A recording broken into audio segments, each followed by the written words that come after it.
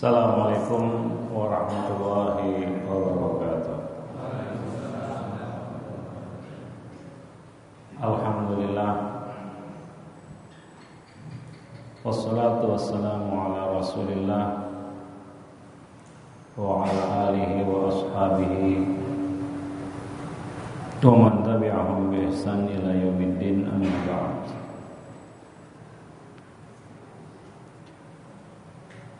Wa inna afdalal hadisi kitabullah wa khairal huda huda nabiyina Muhammad sallallahu alaihi wasallam wa syarrul umur muhdatsatuha wa kullu muhdatsatin bid'ah wa kullu bid'atin dhalalah wa kullu dhalalatin finnar. Para jemaah kaum muslimin rahimani wa rahimakumullah. Sebelum kita mulai majelis yang mulia ini, majelis ilmu, kita memperbaiki bentuk majelis kita dulu. Enggak enak itu kosong gitu. Sini maju-maju lagi. Maju.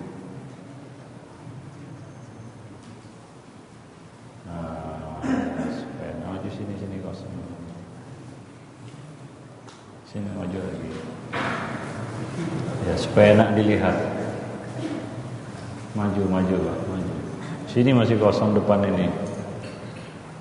Yang di belakang maju ke depan.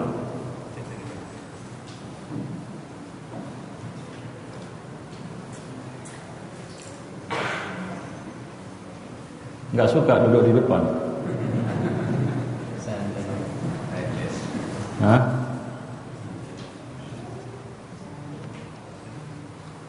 Ya.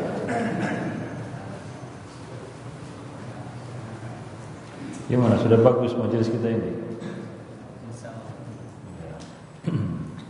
Ya, jadi kalau untuk buat majelis ilmu jangan berpencar-pencar. Ya. Ada yang lowong, ada yang kosong. Bersaf, rapat, seperti kita menunaikan sholat, kan begitu. Isi tempat yang kosong. Kalau ada yang kosong, ya, berlapang-lapanglah, ya. Wa idza qila lakum tafassahu fil majalisi fafsahu yafsahillah.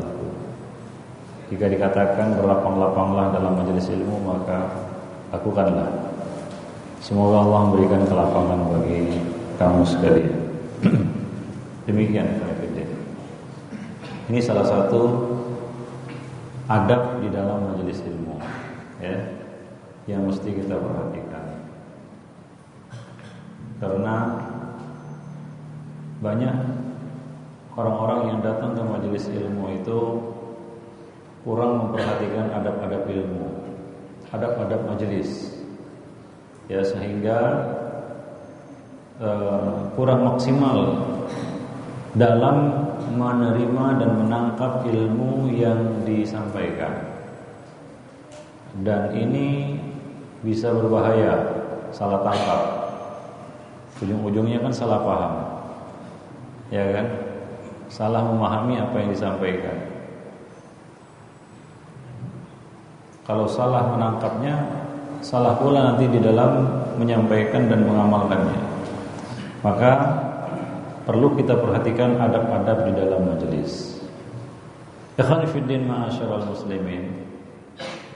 Pada malam ini kita membicarakan tentang adab-adab ilmu. Ilmu itu adalah sesuatu yang sangat mulia. Dan menuntut ilmu adalah ibadah yang sangat mulia, karena dia menjadi dasar, alas, fondasi bagi semua amal-amal yang kita kerjakan.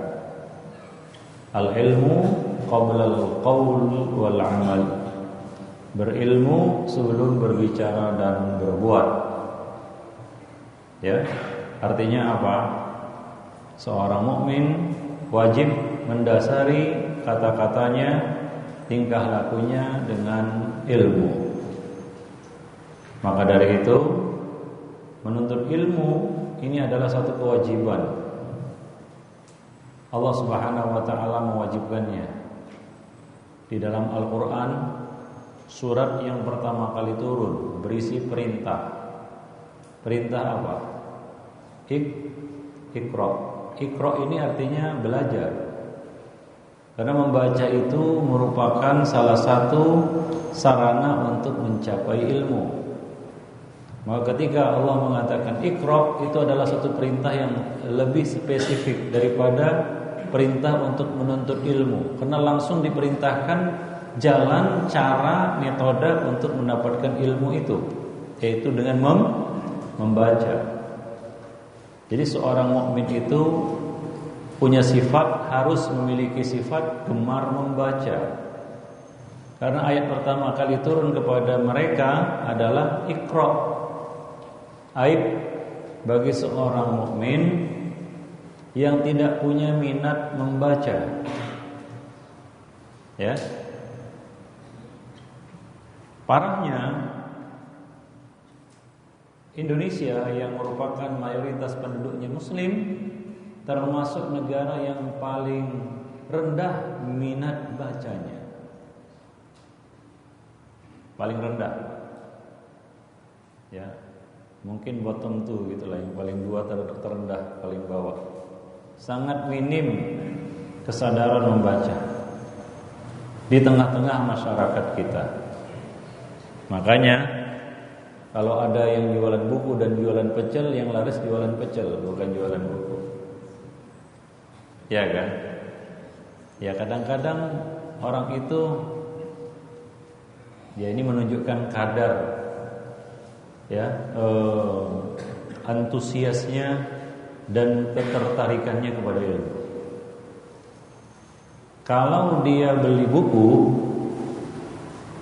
yang itu merupakan salah satu sarana ilmu untuk membaca, ya beli buku kan begitu. Ada saja alasannya. Kadang-kadang dibanding-bandingkan dengan beli beras, ya kan Pak ya. Waktu mau beli buku ini buku misalnya, sudah dibolak-balik begitu ya, sudah bolak-balik. Berpikir, ini setan kadang-kadang bisikinnya, daripada beli buku, bagusan beli beras, ya kan? Nggak jadi beli buku. Ya, dibanding-bandingkan dengan beli beras, dengan beli susu anak kan begitu ya. Apa yang beli buku nggak kenyang? Gitu ya. Tapi kalau beli pulsa, nggak ada yang pernah membanding-bandingkannya dengan beli beras. Ada waktu beli pulsa, antum ngisi pulsa, banding-bandingkan dengan beli beras. Kayaknya beli pulsa nggak kenyang, bagusan beli beras. Ada? Nggak ada. Berarti antum nggak adil membanding-bandingkan sesuatu kalau mau beli buku. Ya, tapi kalau mau beli yang lainnya nggak ada pembandingnya, beli saja. Di sini ada penjual buku.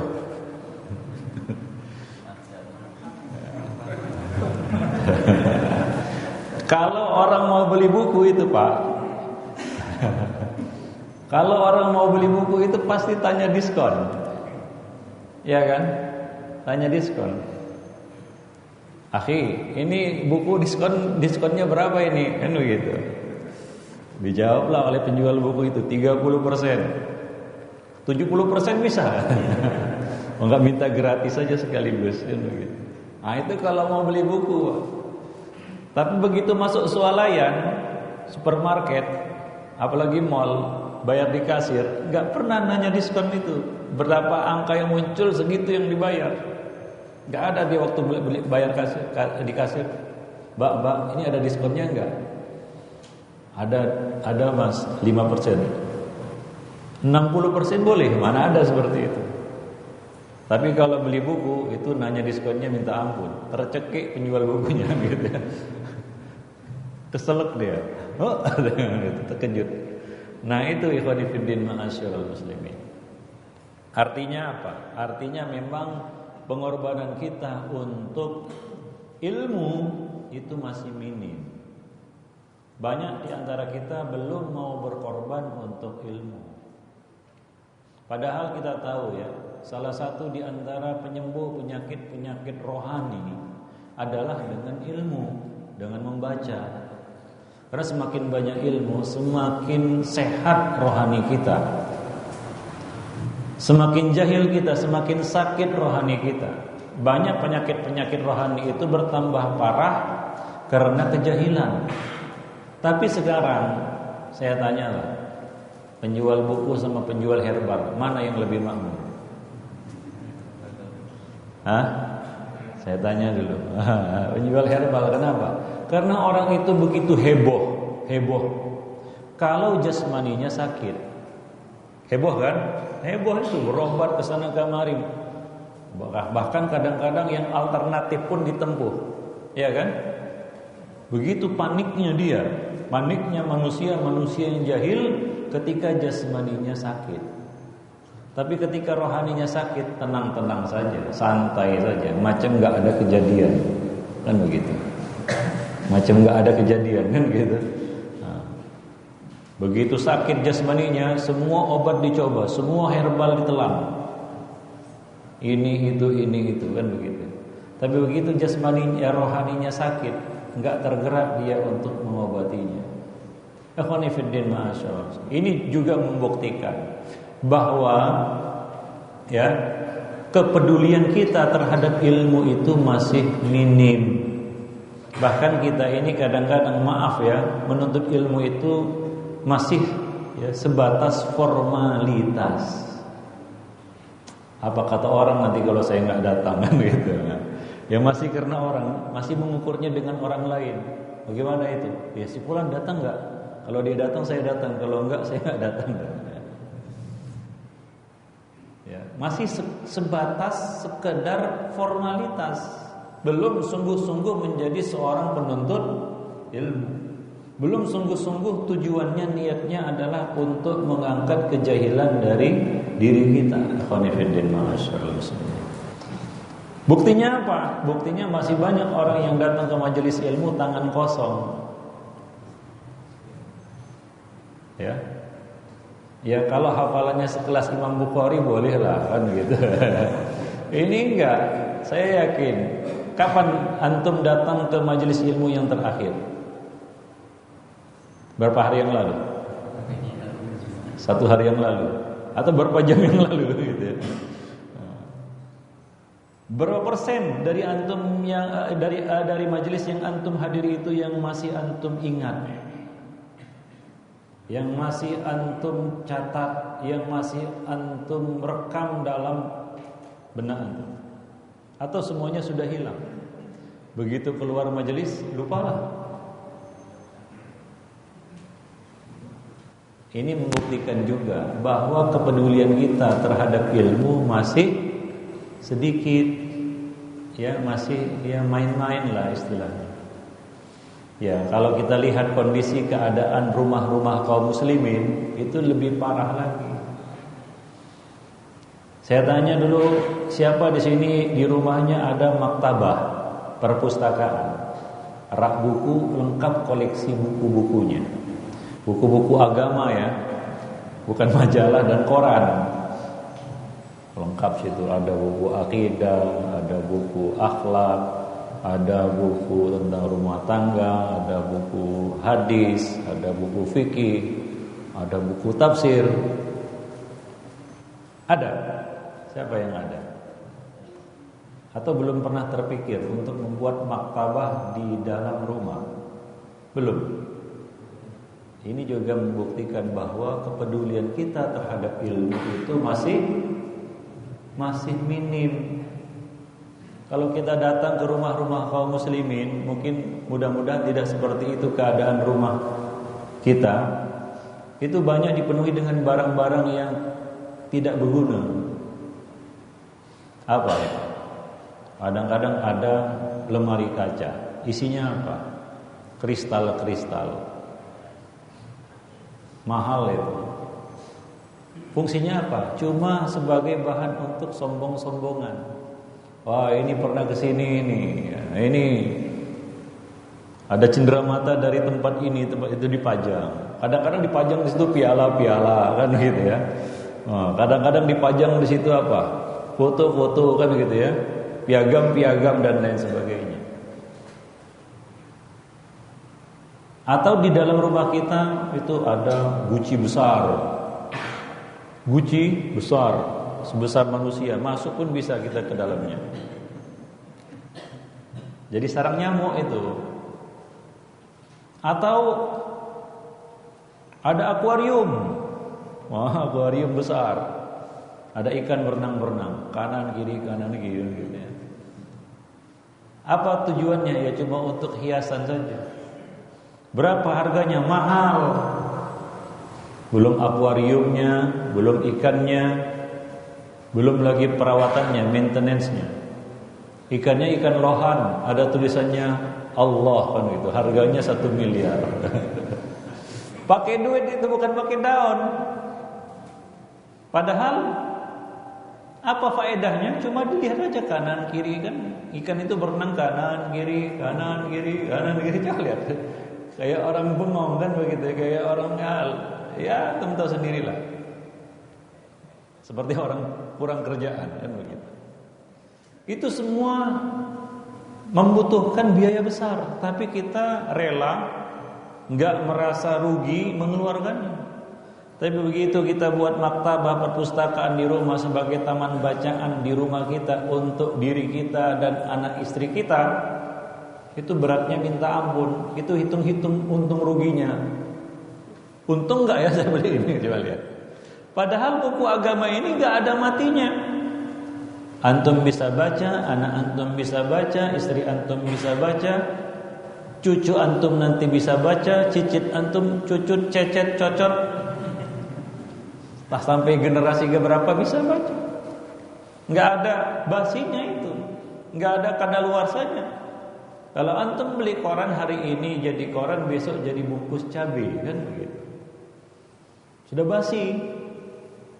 Tapi kalau antum beli buku-buku agama, itu entah sampai generasi keberapa nanti, itu masih dapat manfaat dari situ. Maka ketika Ibnul Qayyim wafat, dia tidak mewariskan harta apa-apa kepada ahli warisnya selain buku-buku. Ikhwani fiddin, ma'asyiral muslimin. Dulu di kalangan salaf buku itu adalah benda yang berharga. Tapi sekarang yang paling berharga adalah handphone dan tablet, kan gitu ya. Sekarang kan manusia sudah masuk kotak, yaitu gak bisa lepas dari segi 4 itu. Bosan main handphone, main tablet. Bosan main tablet, main laptop. Bosan main laptop, buka PC, kan begitu ya. Bosan PC, buka televisi. Ya pokoknya gak lepas dari segi 4 itu. Ikhwani fiddin, ma'asyiral muslimin rahimani wa rahimakumullah jami'an. Ya maka sekali lagi ya, kita harus menanyakan kepada diri kita dulu, bagaimana keseriusan kita, bagaimana ketertarikan kita, kesungguhan kita untuk menuntut ilmu, bagaimana kecintaan kita kepada ilmu. Kita tahu ikhwan fillah bahwa kita hadir di dunia ini dalam keadaan jahil.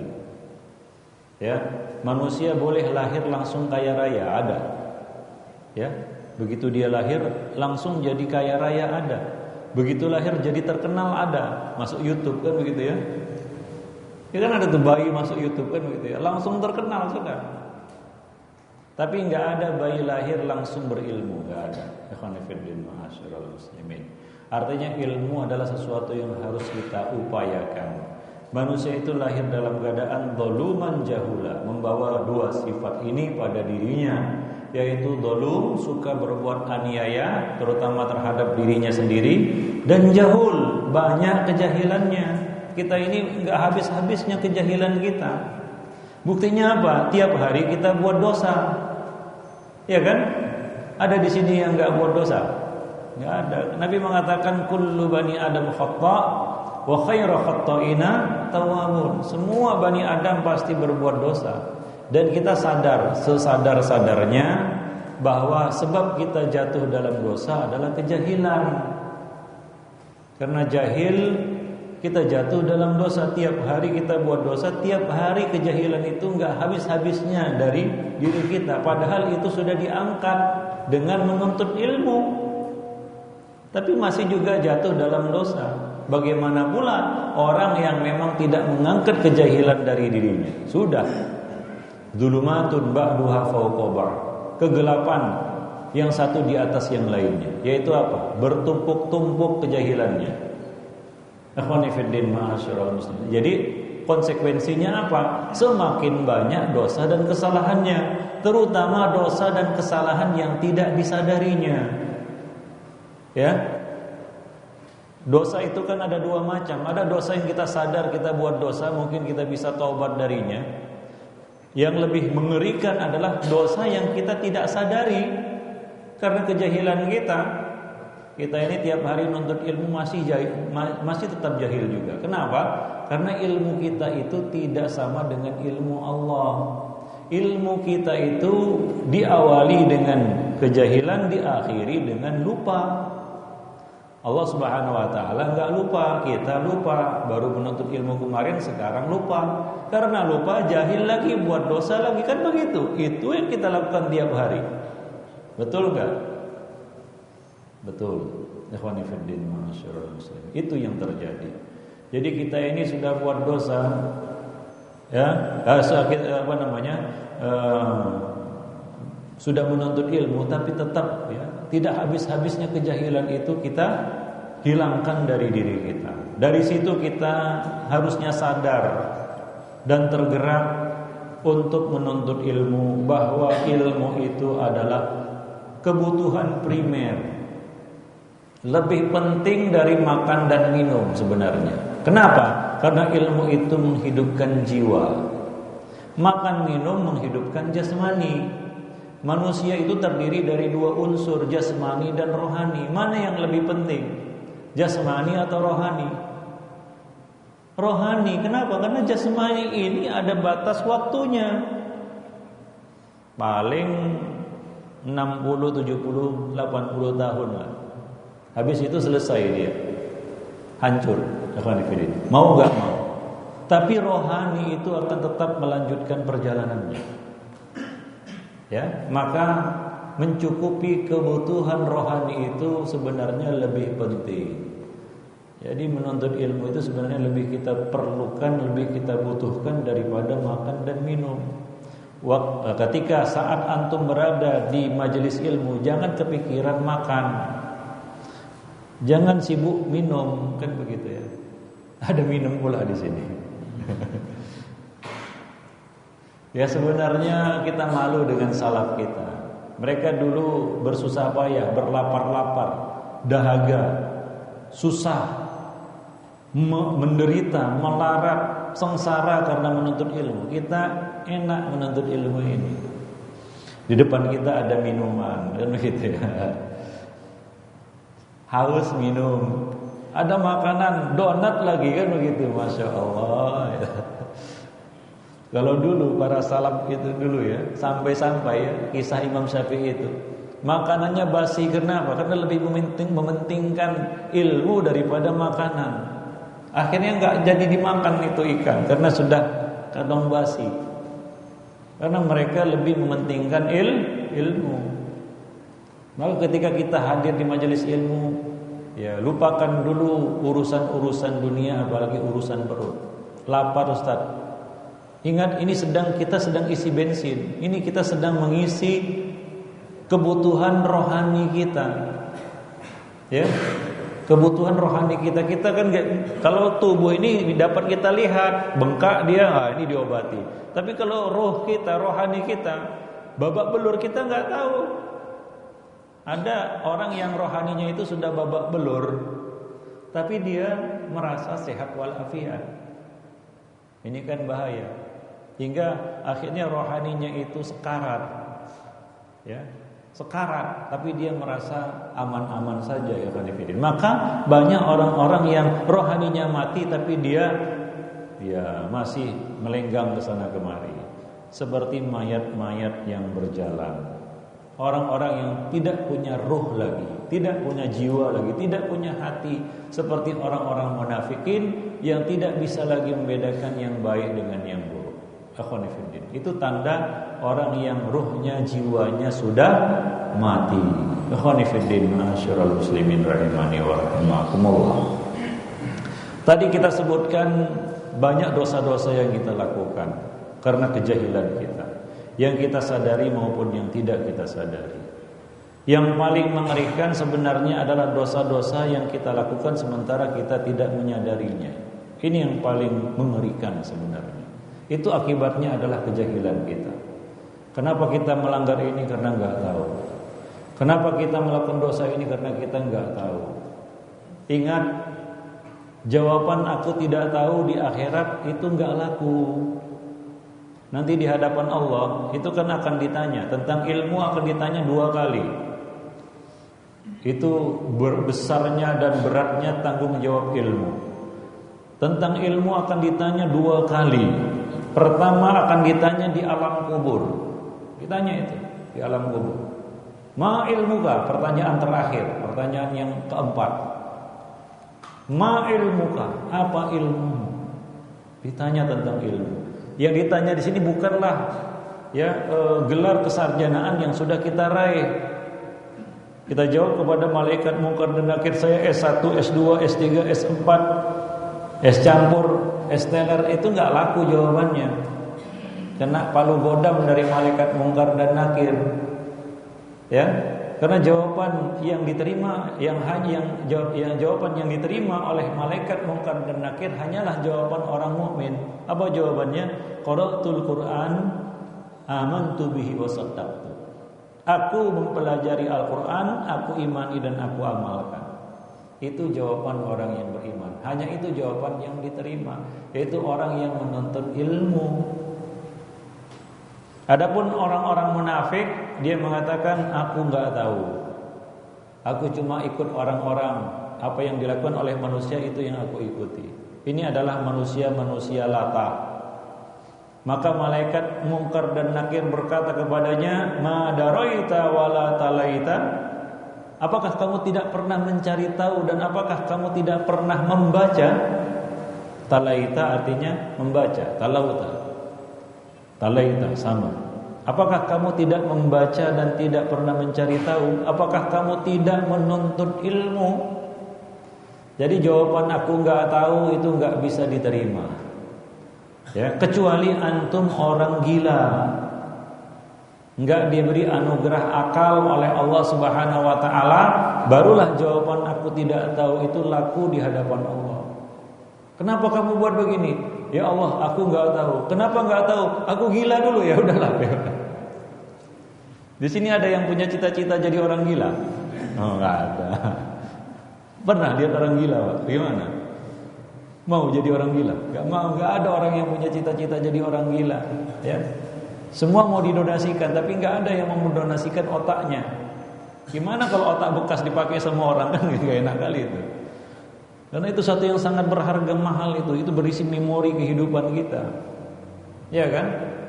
Nah, dengan itu manusia dimuliakan dari makhluk yang lainnya sampai malaikat. Ya.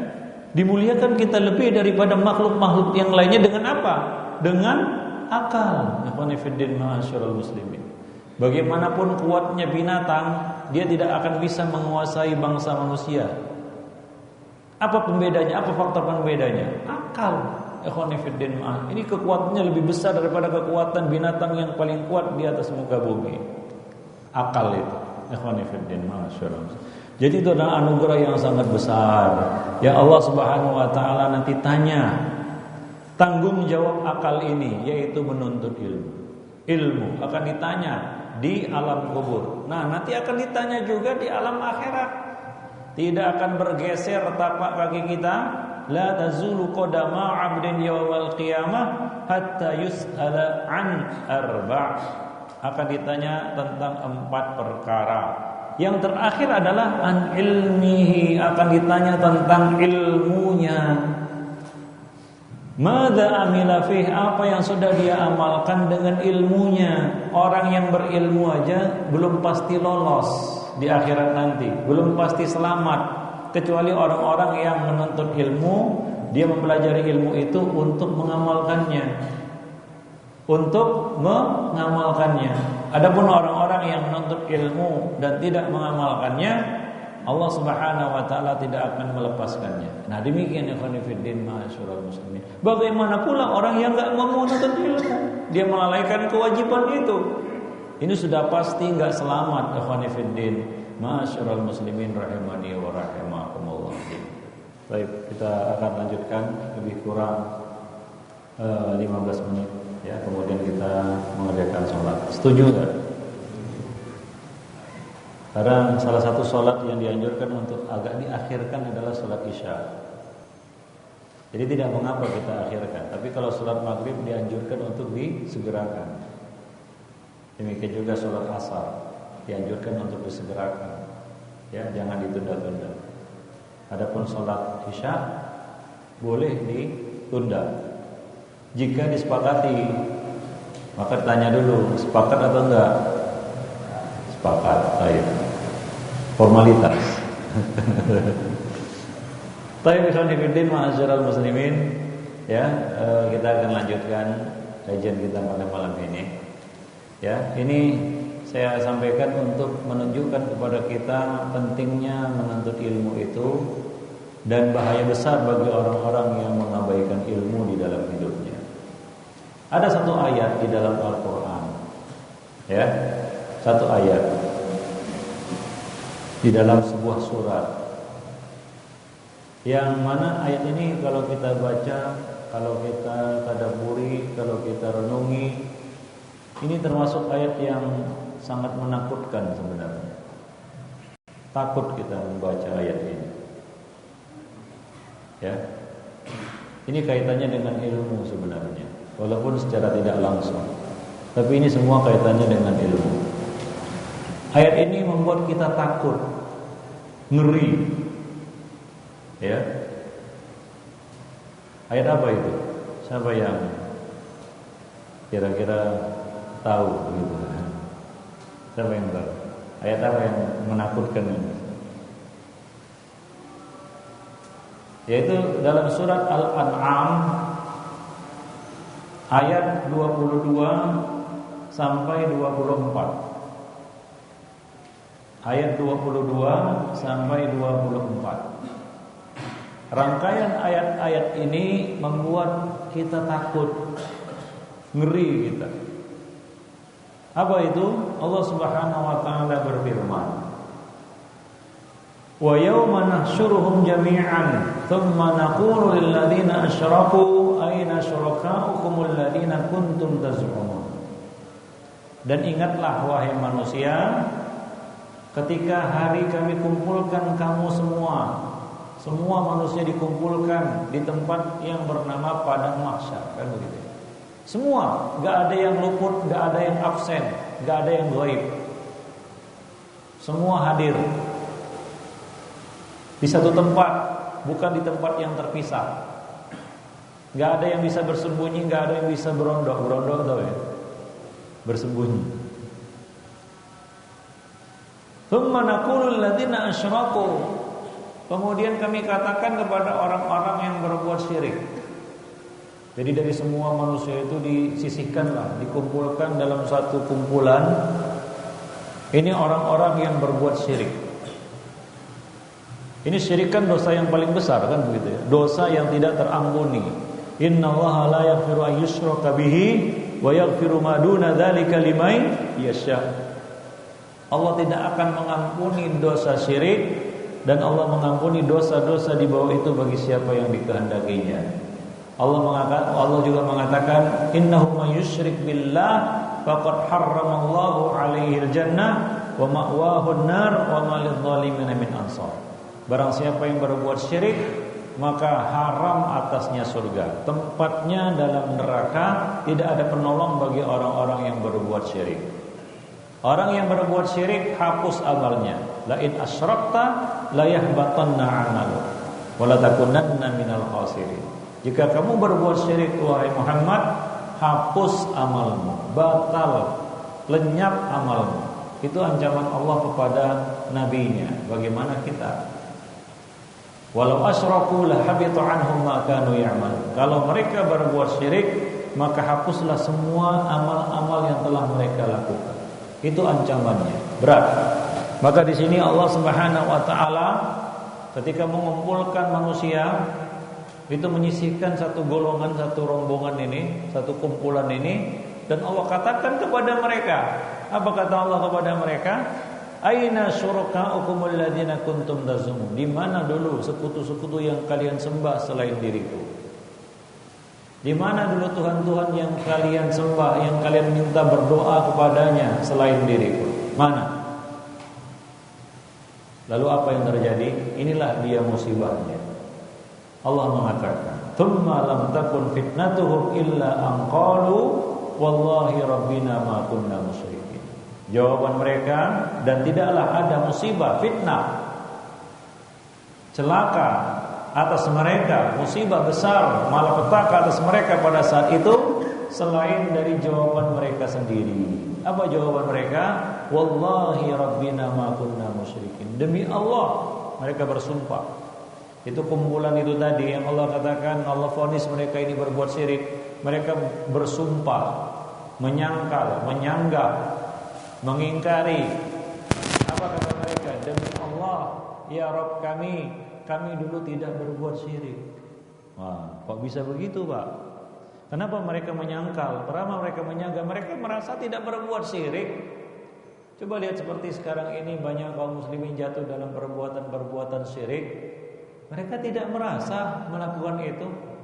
Bahkan kalau kita berbicara tentang syirik, tauhid dan syirik, langsung dituduh Wahabi, kan begitu. Wahabi itu. Oh, itu. Iya kan? Iya kan, Pak? Iya. Kalau kita jelaskan fenomena-fenomena kemusyrikan di tengah-tengah masyarakat, itu langsung itu dicap Wahabi. Dan mereka ini, orang-orang yang berbuat syirik ini bersumpah di hadapan Allah demi Allah, bukan demi setan, demi dedemit, bukan. Demi iblis atau demi yang lainnya, tidak, demi Allah. Mereka menyebut nama Allah. Demi Allah kami dulu tidak berbuat syirik. Artinya apa? Mereka menyanggah dengan sanggahan yang keras. Mereka menyanggah sekeras-kerasnya sampai bersumpah. Kalau orang bersumpah, kamu buat gini, enggak begitu. Itu artinya penyanggahan yang ringan. Tapi kalau kamu buat begini, demi Allah saya enggak buat. Artinya apa? Artinya apa? Dia menyanggah dengan keras. Artinya saya tidak berbuat itu. Demikian juga orang-orang ini, mereka bersumpah demi Allah kami tidak berbuat syirik. Padahal Allah mengatakan mereka ini musyrik. Mereka ini berbuat syirik. Mereka ini mati dengan membawa dosa syirik. Tapi mereka bersumpah demi Allah mereka bukan termasuk orang-orang yang musyrik. Apa kata Allah Subhanahu wa taala? Unzur, kata Allah. Coba lihat orang-orang ini, kumpulan orang-orang ini. Kaifa kadzabu ala anfusihim, bagaimana mereka berdusta atas diri mereka sendiri. Wa dhalla anhum ma kanu yaftarun, maka hilanglah, lenyaplah, sirnalah apa yang mereka ada-adakan dahulu. Ya, apa sebabnya mereka menyanggahnya? Karena kejahilan mereka. Ini penyebabnya adalah kejahilan. Maka dari itu ketika Allah Subhanahu wa taala mengambil persaksian tauhid, ya, tujuannya adalah antaqulu yaumal qiyamati inna kunna an hadza ghafilin. Tujuannya adalah agar kamu tidak berkata nanti pada hari kiamat, ya Allah kami termasuk orang-orang yang ghafil. Ghafil ini adalah tingkatan kelalaian di atas nisyan, lupa. Lupa yang terlalu sering itu namanya ghafil, ghaflah, lalai. Lupa sekali wajarlah, namanya manusia kan gitu, dari kata nasiya, lupa. Tapi kalau terus-terusan lupa, ini namanya ghafil. Supaya kamu nanti tidak berkata pada hari kiamat, ya Allah kami termasuk orang-orang yang lalai terhadap hal ini. Itu kami tidak tahu menahu apa itu syirik. Kami enggak belajar, gimana mau tahu? Begitu mau belajar ditakut-takuti Wahabi, enggak jadi belajar, enggak jadi belajar usul salasah. Ditakut-takuti. Takut-takut nanti kamu kuburan pergi sendiri, nggak jadi dia ngaji kan gitu ya, nggak jadi dia nuntut ilmu, takut. Ya, maka ketika dia jatuh dalam syirik dan banyak lagi praktek-praktek syirik yang dilakukan oleh kaum muslimin pada hari ini, ya mereka mengatakan inna kunna an hadza ghafilin. Kami termasuk orang-orang yang nggak tahu menahu. Itu bukan urusan kami nggak pernah serius mempelajari hal itu. Kan banyak kondisi kaum muslimin seperti itu, lalai dia.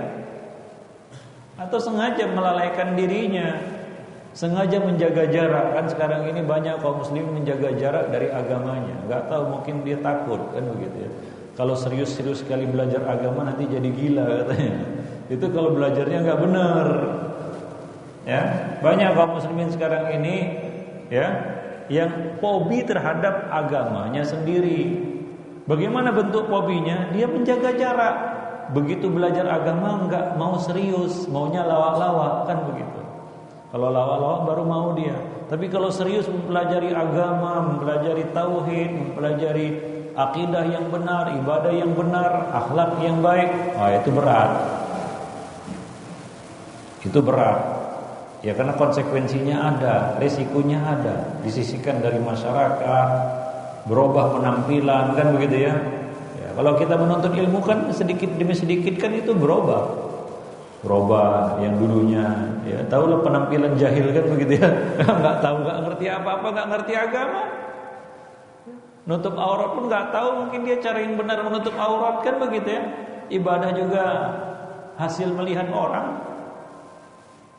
Nah, penyakit yang kedua Allah Subhanahu wa taala mengatakan di dalam ayat ini antaqulu yaumal qiyamah ya inna kunna an hadzal ghafil au taqulu inna ma asyraka abauna min qabl, atau kamu mengatakan nanti tidak ada lagi alasan kamu mengatakan di hari akhirat sesungguhnya yang berbuat syirik itu adalah nenek moyang kami cuma ikut-ikutan taklid. Itu bukan jawaban. Alasan taklid nggak bisa diterima di hadapan Allah Subhanahu wa taala. Kenapa kamu buat dosa ini? Ya Allah, saya cuma ikut-ikutan. Yang buat itu dulu saya contoh dari simpulan. Ini bukan jawaban. Kalau kita ini kan ibadahnya masih banyak ikut-ikutan.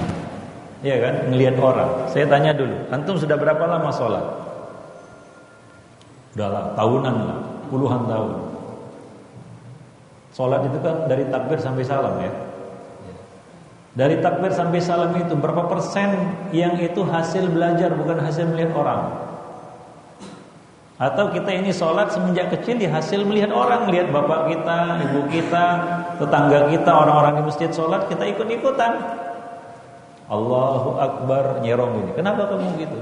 Ya aku lihat si Fulan kayak gitu. Ya. Saya ada teman dari Malaysia. Dia berangkat haji. Ya, jadi ini sebelum dia mengenal sunnah ini, sebelum dia menuntut ilmu, masih jahil. Jadi waktu tawaf, dia terpesona, dia takjub melihat ada seorang yang perawakannya seperti IPB, kalau nggak India, Pakistan, Bangladesh begitulah ya. Ya, tawafnya lain dari yang lain. Ya, tawafnya itu dia ngelendot di Ka'bah, ngelendot tahu ya. Nempel terus ke Ka'bah begitu. Wah ini cara tawaf yang hebat ini. Nempel terus di Ka'bah begitu. Wah ini saya mau ikut ini. Jadi dia ikutlah. Gitu. Nempel terus ke Ka'bah. Akhirnya dia nggak melewati Hijr Ismail.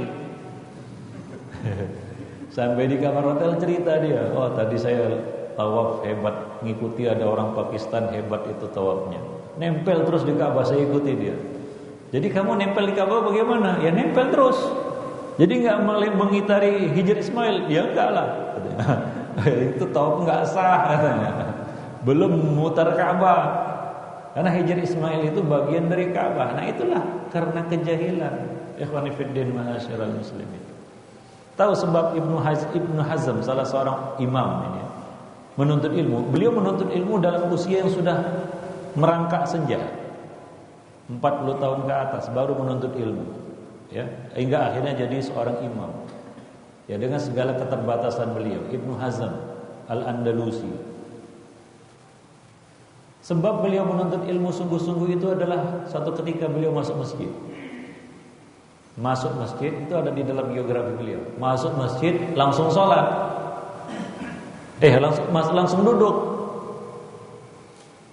Orang-orang yang ada di masjid menyuruhnya bangkit. Kamu kok duduk? Berdiri sholat. Dia pun karena nggak tahu, terbodoh aja kan begitu ya. Iya harus sholat ya. Sholat lah dia kan gitu ya. Sholat. Nggak tahu dia kan begitu ya. Jahil. Nah besoknya datang, ya begitu masuk masjid dia langsung sholat. Karena kemarin langsung duduk dimarahi kan begitu ya, disuruh sholat. Nah ini besoknya dia datang langsung sholat. Orang-orang berteriak, jangan sholat, bingung dia. Ditarik oleh sebab. Nah, tetap saja dia sholat sambil, kamu kenapa sholat? Ini waktu terlarang. Sudah mau maghrib kan gitu ya, matahari mau terbenam, dia sholat, masuk masjid langsung sholat. Ya, terbodoh lagi dia. Jadi sadarlah Ibnu Hazm bahwa penting seorang itu menuntut ilmu. Kalau enggak kesalahan terus, sholat salah, duduk pun salah kan begitu ya. Nah, itulah dia kalau jahil. Serba salah, semuanya salah, menyalah terus. Kenapa? Karena jahil. Dari situ beliau sadar dan bangkit menuntut ilmu. Nah, demikian ya khonifuddin, masyarul muslimin rahimani wa rahimakumullah. Jadi jawaban aku cuma ikut-ikutan itu nggak bisa diterima. Dan taklid itu bukan ilmu ya khonifuddin, masyarul muslimin. Jadi kalau selama ini ilmu kita itu masih sebatas ilmu taklid, ya hendaknya kita berubah. Ya, itu bukan ilmu. Seorang penuntut ilmu itu bukanlah orang yang muqallid. Artinya ibadahnya karena melihat orang, tapi dia belajar, dia cari tahu, dia menuntut ilmu, dia baca. Ya. Dia baca, dia telaah. Karena kita dikasih akal, bukan untuk ikut-ikutan. Ya, kalaulah kita dikasih akal hanya untuk ikut-ikutan, berarti bebek lebih mulia dari kita. Karena bebek lebih pintar untuk ikut membebek namanya kan begitu ya. Nah, seperti itu khonifuddin ma'asyiral muslimin. Ya enggak perlu kita jadi manusia jadi bebek saja kalau bisanya cuma taklid. Ya, bisanya cuma taklid ya. Nah, demikian. Maka ya ayat ini menggugah kita agar kita itu betul-betul serius menuntut ilmu. Karena kalau tidak terancam jatuh dalam dosa yang paling besar. Dan itulah tujuan iblis dari kejahilan seseorang. Target iblis dari kejahilan seseorang adalah kepada pintu syirik. Ya, ketika nanti di akhirat dia baru sadar bahwasanya saya kok masuk ke dalam golongan ini ya. Ya, dia baru sadar bahwasanya dulu dia banyak berbuat syirik. Itu kalau dia sadar. Kalau dia nggak sadar, dia bersumpah nanti di hadapan Allah, demi Allah ya Allah kami dulu tidak berbuat syirik karena kejahilannya. Ya khonifuddin, masyarul muslimin rahimani wa rahimakumullah. Jadi ini semua ya mengingatkan kepada kita pentingnya kita itu bangkit menuntut ilmu. Dan jangan takut omongan orang. Kalau ya kita sudah mulai rajin menuntut ilmu, berubah hidup kita, ya karena seiring dengan serius menuntut ilmu, sungguh-sungguh menuntut ilmu itu pasti ada perubahan pada diri kita, keluarga kita, perubahan pada penampilan kita, pada ibadah kita dan lain sebagainya. Itu pasti terjadi perubahan. Karena itulah dia tuntutan ilmu, yaitu kita amalkan ilmu itu. Nah, ketika kita amalkan terjadilah gesekan-gesekan dengan diri kita, keluarga, masyarakat dan seluruhnya. Nah, disitulah cobaannya ya khonifuddin. Ya, maka jangan dengarkan kata orang, karena orang nanti juga nggak bisa menolong kita. Ya, nggak akan bisa dia menolong kita. Nafsi masing-masing akan mengurus dirinya sendiri. Ya, akal kita tidak dititipkan kepada orang lain ya khonifuddin. Ya, kalau orang muqallid memang akalnya dititipkan kepada orang lain itu. Kita tidak, akal kita nggak dititipkan ke orang lain, maka kita nggak perlu taklid, kita perlu belajar karena akal kita ada pada diri kita. Ya, maka jangan kita memperhatikan dan jangan kita surut mundur ke belakang karena kata manusia. Karena banyak orang-orang yang tidak istiqomah menuntut ilmu, ketika dia berhadapan dengan risiko menuntut ilmu, dia mulai bimbang. Ini diteruskan nggak ya cara menuntut ilmu seperti ini dengan majelis ya seperti di masjid itu? Kayaknya lama-lama nanti saya berubah nih katanya gitu. Sudah mulai berhitung dia jaga-jaga, udahlah hilang gitu. Ya namanya seleksi alam, Khonifuddin ma'asyiral muslimin. Seleksi alam gitu ya. Rata-rata karena takut resiko. Ya, orang-orang yang menuntut ilmu itu hanya untuk fun tahu ya, untuk senang-senang belaka. Karena mereka tahu juga kalau ngaji serius nanti hasilnya akan begitu. Nanti seperti orang-orang itu, berjenggot, celana cingkrang di atas mata kaki, ya, nggak begini lagi, nggak ngamalkan ini, nggak ngamalkan itu dan lain sebagainya. Oh, jadi wahabi nanti ya, seperti itu. Akhirnya dia pun membiarkan dirinya di dalam kejahilan. Ya, nah wallahu a'lam bishawab. Nah itulah ikhwan fillah ma'asyiral muslimin ya, apa yang dapat disampaikan nasihat kepada antum sekalian untuk istiqomah dan jangan mempedulikan kata orang di dalam menuntut ilmu. Ilmu itu adalah kebutuhan kita, bukan kebutuhan orang lain. Untuk kita, bukan untuk orang lain. Untuk keselamatan kita dunia dan di akhirat, bukan untuk orang lain, untuk kita, untuk jiwa kita, untuk ruh kita. Bahkan ilmu itu akan menjaga kita dan keluarga kita. Wallahu a'lam bishawab. Nah, demikian saja. Ya sebenarnya ingin berpanjang-panjang ria, tapi apa boleh buat ya, sampai di sini dulu ya.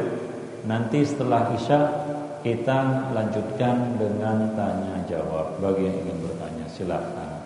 Nah, kita sholat Isya dulu baru nanti kita lanjutkan majelis kita. Alhamdulillah, wassalatu wassalamu ala Rasulillah wa ala alihi wa ashabihi wa man tabi'ahum bi ihsan ila yaumiddin, amma ba'd. Para ikhwah rahimani wa rahimakumullah, sebagaimana yang telah kita sampaikan sebelumnya, bahwa setelah Isya kita akan membuka kesempatan kepada para ikhwan untuk bertanya.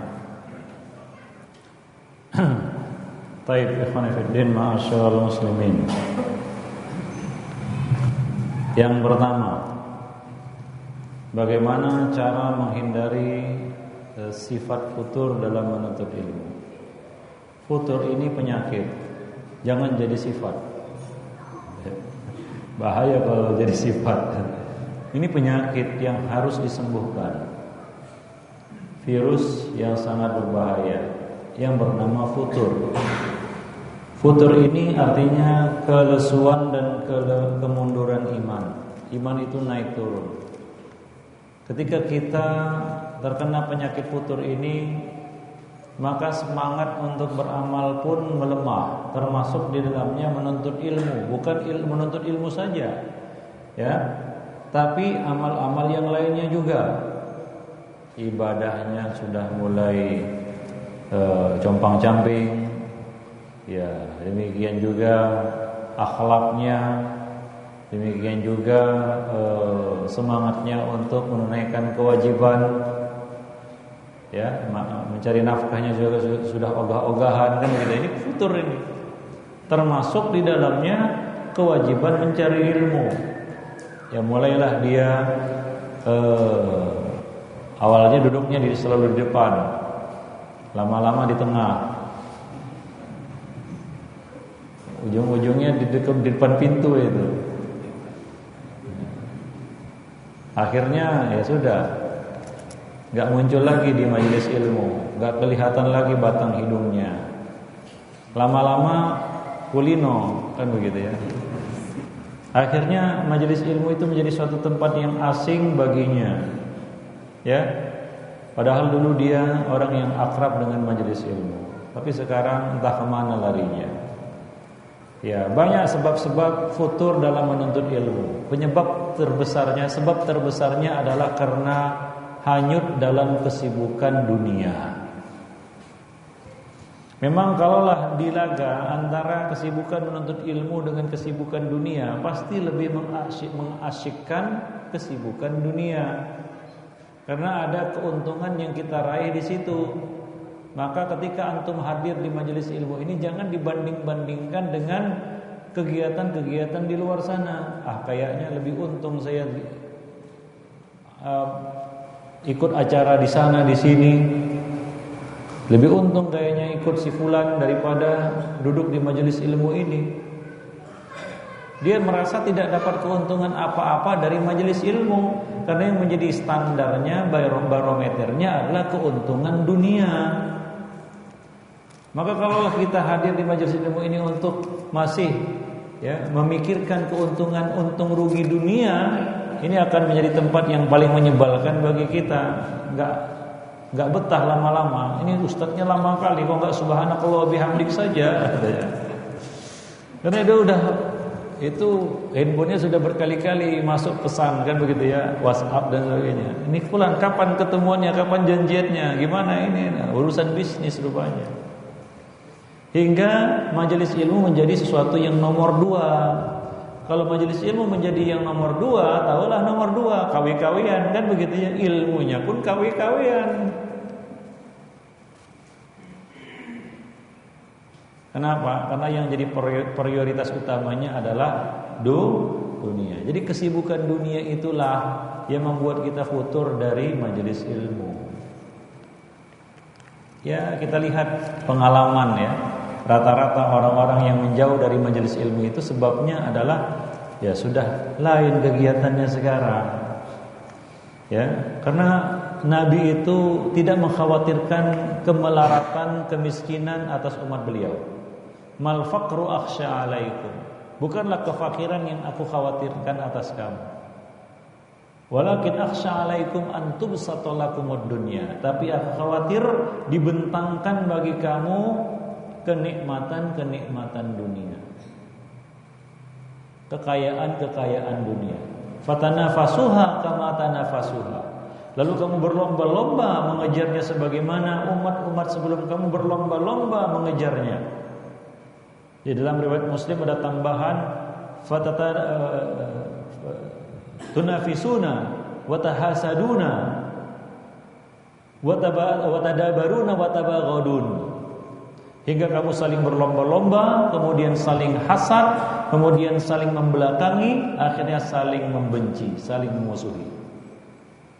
Wa ahlakakum kama ahlakathum. Dan kemudian dunia itu membinasakan kamu sebagaimana membinasakan umat-umat sebelum kamu. Nah, itulah yang dikhawatirkan, yang ditakutkan Nabi atas umat ini. Yaitu apa? Dibentangkan dunia itu. Ya, kebanyakan dulu waktu ikhwan-ikhwan masih melarat, aman, damai, tentram, sentosa. Begitu sudah dibentangkan dunia, ada aja masalah, ya. Hasad, saling membelakangi, ya, saling memutuskan hubungan, saling membenci, ada intrik-intrik, banyaklah, mulailah berpolitik kan gitu ya. Dan majelis ilmu akhirnya jadi korban. Ikhwan fillah ma'asyiral muslimin. Ya, itu yang dikhawatirkan Nabi atas umat ini. Ya, maka ya, penyebab futur yang terbesar itu adalah hanyut dalam kesibukan-kesibukan dunia. Karena dunia ini dikejar nggak ada ujungnya, ikhwan fillah. Ya, seperti kita yang sedang dahaga lalu disodori air laut. Semakin banyak diminum semakin haus. Seperti itulah yang digambarkan oleh Nabi. Kalau kamu dapat 1 lembah emas, mau yang kedua. Dapat 2, mau 3. Enggak terasa itu. Begitulah orang-orang yang larut dalam dunia. Ya. Ya, kadang-kadang setan itu banyak bisikannya, was-was namanya. Alladzi yuwaswisu fi sudurin nas. Sudah diberi kecukupan dia, punya 1 unit usaha, mau buka cabang di mana-mana. Apa enggak boleh, Ustaz? Ya boleh saja, tapi coba lihat ukur kemaslahatan akhiratnya untuk diri kita. Lihat itu. Apakah itu bermaslahat bagi akhirat kita? Ya, apakah orientasi kita untuk memperluas kekayaan dunia kita itu ada maslahatnya untuk akhirat kita? Atau bahkan itu menjadi satu jalan, pintu yang terbuka untuk menyeret kita jauh dari agama? Banyak kejadiannya. Dulu ya, waktu usahanya masih sebatas ya mungkin seadanya kan begitu ya, cukup makan kan gitu ya, pas-pas makan. ya rajin datang taklim, ya ada kesungguhannya untuk datang ke majelis ilmu, nggak macam-macam, nggak niku-niku. Tapi begitu dibentangkan dunia, sibuk dengan urusan-urusan dunia, udah lain ceritanya. Ya, lingkungannya pun sudah berubah, pergaulannya juga sudah berubah. Sekarang sudah main golf. Ya kalau sudah ceritanya main golf, mana ada lagi sama ikhwan-ikhwan? Karena ikhwan-ikhwan bukan kelasnya main golf kan gitu ya. Ini karena dibuka baginya pintu dunia itu, akhirnya dia semakin jauh dari komunitas yang saleh. Ini semacam menjadi jalan baginya untuk jauh dari apa? Dari ilmu, dari amal soleh, dari komunitas yang soleh. Akhirnya bicaranya pun sudah lain. Kalau dulu adalah sedikit-sedikit bicara tentang ilmu, ini udah nggak ada lagi. Ya. Udah urusan bisnis. Kalau nggak ada keuntungan, advantage-nya untuk bisnisnya, kayaknya dia nggak semangat. Demikian ya Fiddin, masyaallah. Nah kalau sudah seperti itu artinya sudah darurat, ya. Itu sudah sudah parah, ya sudah kronis. Harus cepat-cepat dia kembali kepada Allah Subhanahu wa taala. Ya di mana-mana yang buat pecah itu dunia, urusan dunia, ikhwan fillah, masyaallah muslimin. Ya. Terpisahnya dua orang yang bersaudara gara-gara dunia. Padahal bersaudara gara-gara harta warisan. Iya kan? Ya jarang lah karena yang lainnya, tapi banyak ya dua orang yang bersaudara itu akhirnya saling membelakangi, saling membenci, saling musuhi karena harta. Ya karena warisan, karena macam-macam. Hubungan ikhwan yang merenggang, kenapa? Karena urusan dunia. Ya wallahu a'lam. Maka bukan nggak boleh kita mencari dunia, tapi ya carilah dunia itu dengan orientasi akhirat. Artinya apa? Kita tidak melupakan kemaslahatan akhirat kita dari dunia yang kita kejar-kejar itu. Karena kalau hanya sekedar untuk mengejar dunia saja, kita menjadi orang yang paling rugi. Bagaimana kita supaya dikatakan sebagai penuntut ilmu di tengah kita sebagai kepala keluarga yang harus mencari maisha untuk keluarga? Satu nasihat saya, jangan suka membenturkan antara satu kewajiban dengan kewajiban yang lain. Allah Subhanahu wa taala la yukallifu nafsan illa wus'aha. Allah Subhanahu wa taala mewajibkan kepada kita kewajiban-kewajiban itu tidaklah saling bertentangan satu sama lainnya. Syariat yang Allah Subhanahu wa taala turunkan kepada kita ini adalah syariat yang sifatnya hanifiyah samha. Hanif sesuai dengan fitrah dan mudah. Enggak di luar batas kemampuan kita, tidak. Jamin itu, karena yang menurunkannya adalah Rabbul Alamin, Ahsanul Khaliqin, yang menciptakan manusia. Jadi jangan membenturkan antara satu kewajiban dengan kewajiban yang lain. Maunya gimana nih jawabannya? Sudahlah, kamu gak usah menuntut ilmu karena kamu harus mencari nafkah karena itu adalah kewajiban, begitu? Atau jawabannya, udah kamu mencari ilmu saja, gak usah mencari nafkah. Jawaban apa yang dikehendaki? Dua-duanya adalah jawaban yang tidak dikehendaki dan bukan itu jawabannya. Ya. Maka jangan suka membenturkan antara satu kewajiban dengan kewajiban yang lain. Dua-duanya wajib, artinya dua-duanya antum lakukan. Bagaimana itu? Ya, Allah Subhanahu wa taala memberikan kepada kita 24 jam. Betul enggak? Ada di sini jatahnya lebih dari 24 jam? Tunjuk tangan. Enggak ada. Itu adil Allah. Allah memberikan keadilan kepada semua hambanya, dapat jatah yang sama. Bukanlah orang yang tinggal di Medan dapat jatah 25 jam, yang di sini di Madiun 24 jam. Kalau begitu ceritanya antum nanti semua pindah ke Medan, gitu. Tidak, sama aja. Kami di Medan sana juga dapat jatah 24 jam. Walaupun maghrib, ya waktu sholatnya berbeda 1 jam. Di sana sekarang belum sholat isya ini. Betul, adzan pun belum. Ya. Tapi semua dapat jatah yang sama 24 jam. Maka bagilah, aturlah waktu itu. Apakah 24 jam ini kita pakai semua untuk mencari nafkah? Hingga kita harus bertanya, ya Ustaz, apakah saya juga wajib menuntut ilmu? Gitu ya. Kalau mencari nafkahnya 24 jam, ya mungkin antum bertanya seperti itu. Ya, maka antum harus pintar membagi waktu. Ada waktu mencari nafkah, ada waktu menghadiri majelis ilmu. Dua-duanya adalah kewajiban. Maka kerjakanlah dua-duanya. Tiba waktunya menuntut ilmu, tinggalkan pekerjaan.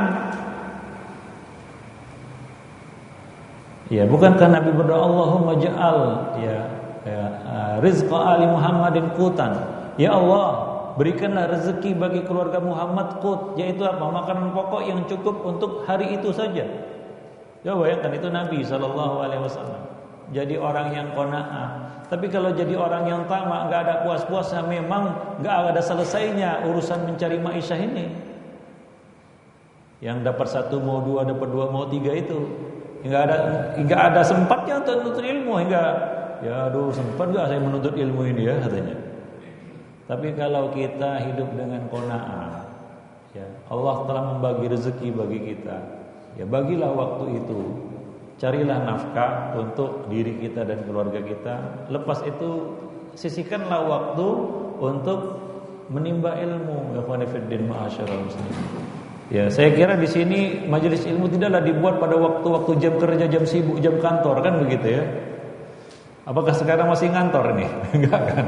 Sudah selesai ya sudahlah, duduk di sini, duduk manis di sini, dengarkan ilmu kan gitu ya. Besok antum masuk kantor, selesai. Apa susahnya? Gitu saja kok repot kan gitu.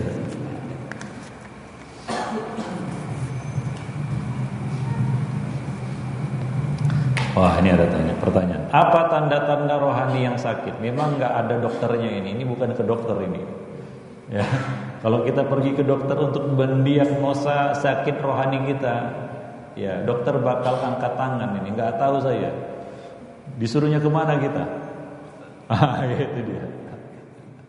Aduh kamu sana pergilah ke masjid sana gitu. Coba cek di sana tempatnya, bukan di rumah sakit. Ya banyak tanda-tandanya. Ketika hati ini susah untuk ditundukkan kepada ketaatan, badan jasmani berat untuk dibawa untuk melakukan ibadah, ketaatan kepada Allah. Ini tanda-tanda ini. Tanda-tanda bahwa rohani itu ada masalah, ada penyakit, ada trouble di situ. Ya. Ya maka segera periksakan. Ada yang kurang di situ, ada kelalaian yang terjadi pada diri kita. Kelalaian yang terus-menerus hingga akhirnya menjadi ghaflah. Ya banyak penyakit-penyakit rohani yang mesti kita ketahui, kita identifikasi pada diri kita. Di antaranya penyakit apa? Penyakit malas. Itu penyakit itu. Penyakit lupa. Lupa itu wajar, tapi kalau terus-menerus lupa ini penyakit. Ya. Kemudian apa? Penyakit sombong, penyakit hasad, penyakit isyq cinta buta. Ya, kemudian penyakit futur, penyakit wahan, cinta dunia. Ya, menjadikan dunia sebagai barometer dan ukuran. Ini kan penyakit wahan ini, cinta dunia.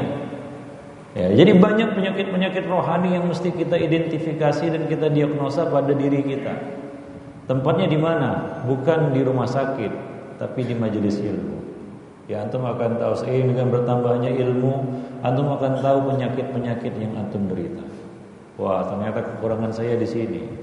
Saya ini masih punya penyakit suka dipuji ini. Gila pujian kan begitu ya. Kalau dipuji dia senang, kalau enggak dipuji dia berang kan begitu ya. Nah, ini penyakit ya, penyakit gila pujian, gila popularitas, hubbuz zuhur namanya. Segera cari obatnya, segera cari penawarnya, nah demikian dan seterusnya.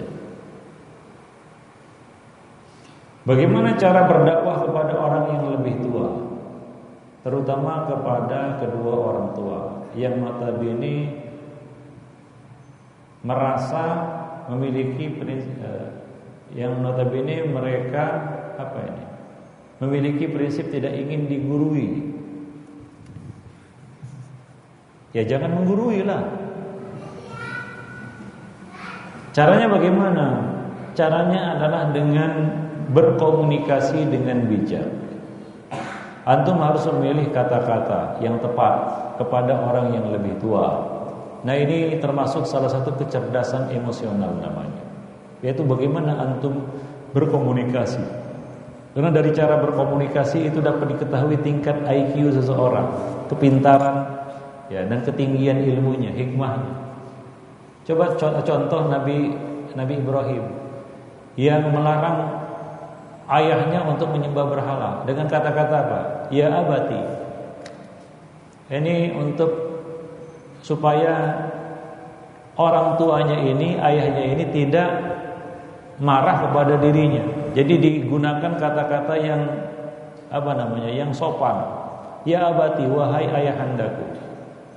Lima ta'budu, mengapa kamu menyembah? Ya, jadi dengan kata tanya, bukan dengan kata perintah. Walaupun maksudnya sama, yaitu perintah.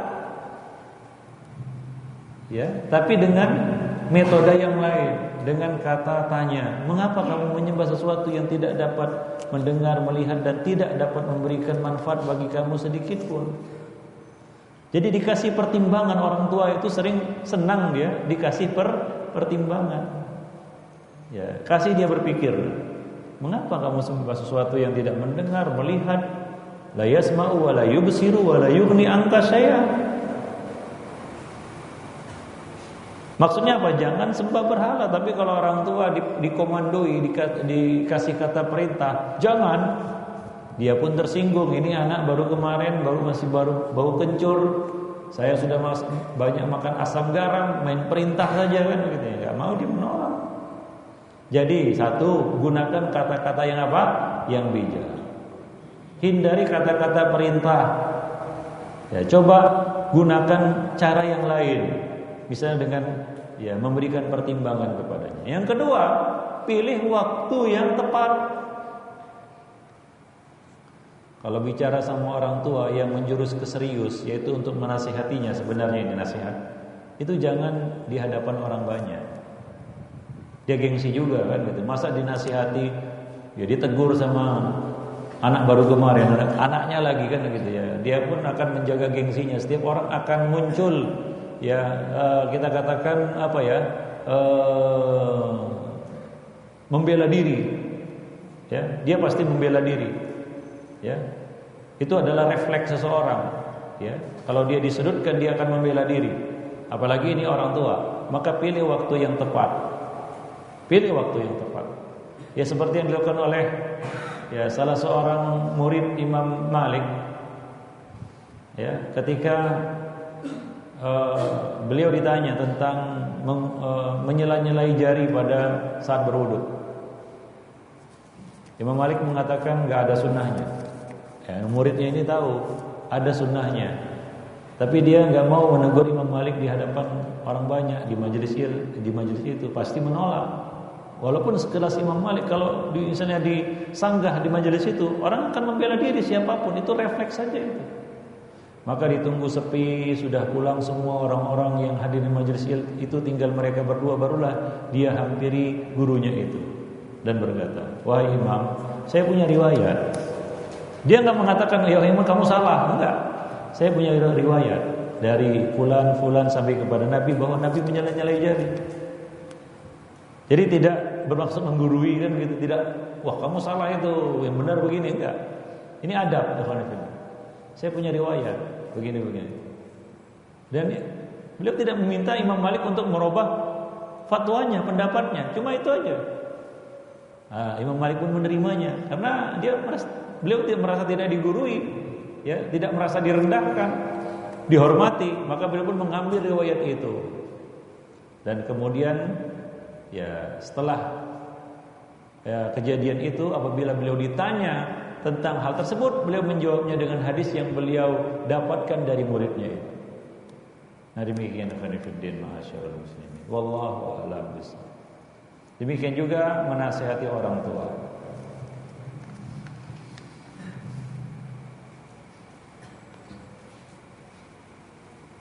Ustadz, bagaimana cara meyakinkan bahwa ilmu syar'i lebih wajib untuk dipelajari daripada ilmu dunia? Meski pada kenyataannya ilmu dunia dibutuhkan untuk memenuhi kebutuhan dunia, seperti kayak karyawan pabrik, dokter, dan lain-lainnya. Nah, ini kan jawabannya sudah ada di dalam pertanyaan ini. Iya kan? Tanpa disadari yang bertanya sudah menjawabnya sendiri. Apa itu? Dia dikatakan di sini pada kenyataannya ilmu dunia dibutuhkan untuk memenuhi kebutuhan dunia. Dunia itu bagi seseorang berbeda-beda. Ada dunianya 50 tahun selesai. Ada dunianya 60 tahun selesai. Ada dunianya bahkan 1 tahun selesai. Ada. Dunia masing-masing orang itu berbeda-beda satu sama lainnya. Itulah ajal. Jadi kalau hanya untuk memenuhi kebutuhan dunia itu sangat terbatas. Sebatas kita ada di dunia, dia perlu. Sudah selesai dari dunia ini, nggak ada lagi hukum gravitasi, hukum Archimedes, ya rumus-rumus kimia dan lain sebagainya. Selesai, sudah pindah alam gimana? Sudah pindah alam, Pak. Jadi nggak ada lagi. Gak berlaku lagi hukum-hukum dunia yang kita pelajari itu. Selesai urusannya. Yang berlaku apa?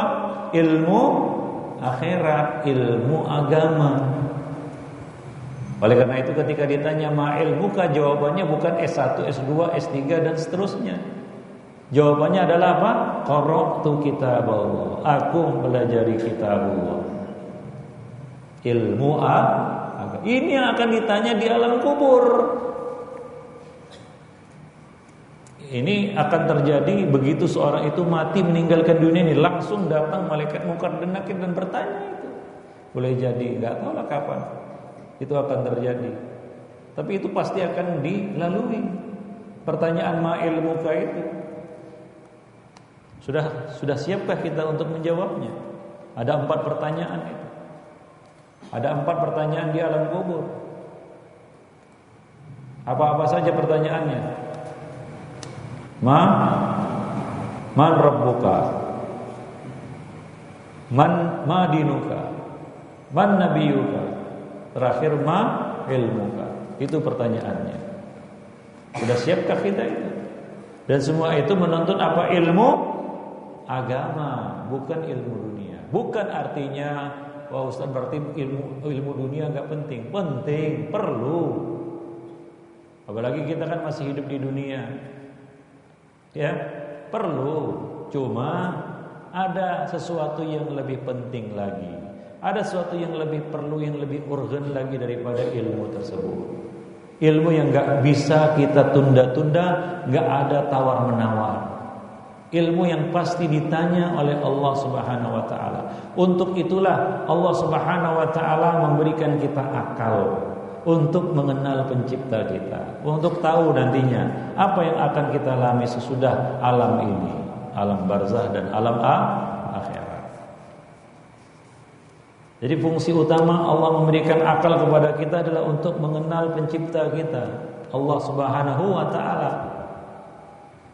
Apa maksudnya berkenalan dengan Allah? Maksudnya adalah mengetahui apa yang Allah suka dan apa yang Allah tidak suka. Itu yang paling penting itu. Apa yang Allah suka dan apa yang Allah tidak suka. Apa yang Allah perintahkan dan apa yang Allah larang. Itu yang paling penting. Yang terpenting dari perintah Allah adalah fa'lam annahu la ilaha illallah. Ilmuilah bahwa tidak ada ilah yang berhak disembah selain Allah.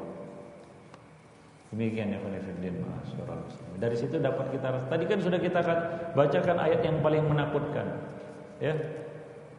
Itu semua kenapa? Karena kejahilan mereka. Boleh jadi orang-orang yang disisikan dikumpulkan dalam satu kumpulan dan Allah katakan kepada mereka, ya kenapa mana dulu sekutu-sekutu sesembahan yang kalian sembah selain Allah? Mungkin mereka ini dulu di dunia ada S1, S2, S3, S4, enggak tahulah. Doktor, profesor dalam urusan dunia mungkin.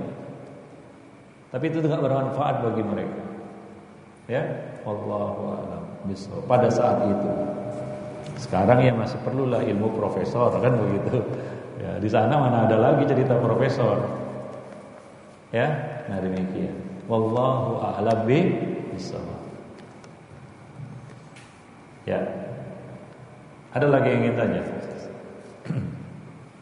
Kalau tidak ada kita sudahi dulu sampai di sini karena masih panjang perjalanan kita. Ya. Kalau lupa pertanyaan sekarang bisa ditanyakan lagi kan gitu. Di majelis-majelis yang nantinya akan kita buat ya. Untuk malam ini saya kira sampai di sini dulu. Ya, lebih dan kurang saya mohon maaf. Subhanallah bihamdik, asyhadu an la ilaha illa anta wa astaghfiruka wa atubu ilaik. Assalamualaikum warahmatullahi wabarakatuh.